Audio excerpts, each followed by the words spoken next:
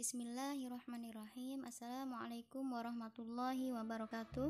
Ikhwah fillah yang dirahmati Allah, hari ini saya akan menyampaikan sirah nabawiyah, tema hijrah ke Taif. Taif merupakan salah satu tempat yang bersejarah dalam perkembangan agama Islam. Berjarak 80 km dari kota suci Mekah.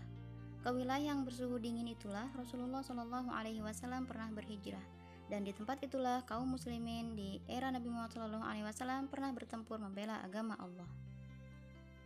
Peristiwa hijrah Rasulullah SAW ke Taif menurut Tabaqat Ibnu Sa'ad terjadi pada bulan Syawal tahun ke-10 kenabian, tak lama setelah Sayyidah Khadijah, istri tercinta, dan Abu Thalib, paman kesayangannya, wafat. Tekanan kaum kafir Quraisy semakin menjadi-jadi. Sepeninggal kedua orang yang dicintainya, Rasulullah SAW mencoba untuk berhijrah.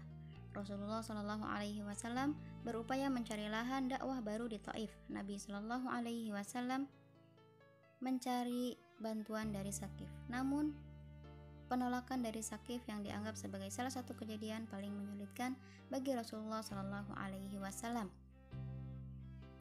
Suatu hari Rasulullah SAW ditanya oleh Sayyidah Aisyah, "Apakah engkau mengalami peristiwa yang amat menyulitkan setelah peperangan Uhud?" Beliau menjawab, "Sungguh aku temukan rasakan suatu yang amat menyulitkan kaumku, peristiwa Aqabah di Taif.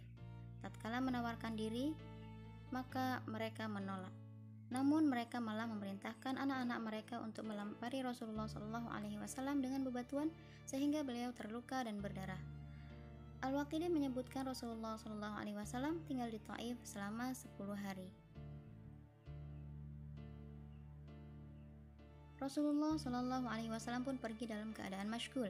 Bahkan beliau mengaku sempat tak sadar hingga sampai di Qarn Ta'alib. "Aku menengadah kepalaku, tiba-tiba ada sekumpulan awan mengamuayungiku. Aku pun mengarahkan pandanganku ke sana dan melihat Jibril. Ia menyeruku, 'Sesungguhnya Allah mendengar apa yang dilakukan oleh kaummu terhadap dirimu dan penolakan mereka padamu. Allah telah mengutus malaikat gunung untuk melayani semua keinginanmu.' Maka malaikat itu mengucap salam dan berkata, 'Wahai Muhammad, sesungguhnya Allah mendengar apa yang diucapkan kaummu kepadamu.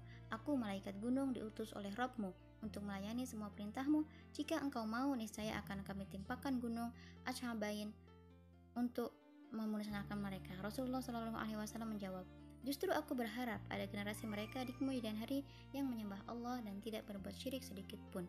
Sahih Bukhari.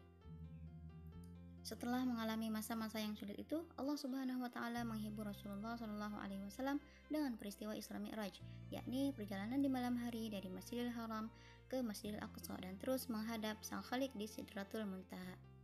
Subhanallah, Masya Allah, sungguh keteladanan beliaulah dalam menghadapi ujian dakwah yang menjadikan beliau berakhlak mulia. Semoga kita dapat meneladani Rasulullah SAW.